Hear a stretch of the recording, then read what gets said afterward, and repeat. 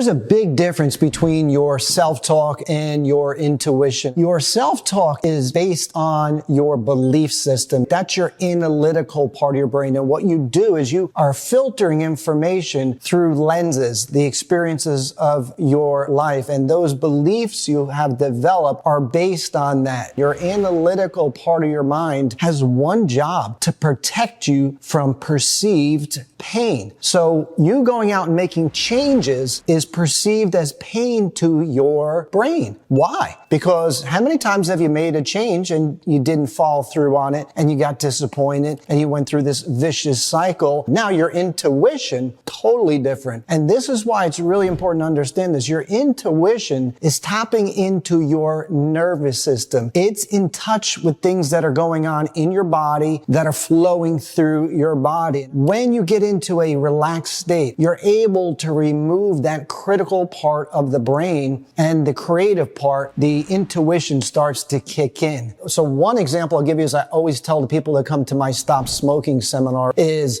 be aware that you're here today for a reason. Something got you here, not by chance, but by choice. And by being aware and in touch with that, you could potentially mitigate something that's going on in your life right now that you may not consciously be aware of, but is brewing in your body.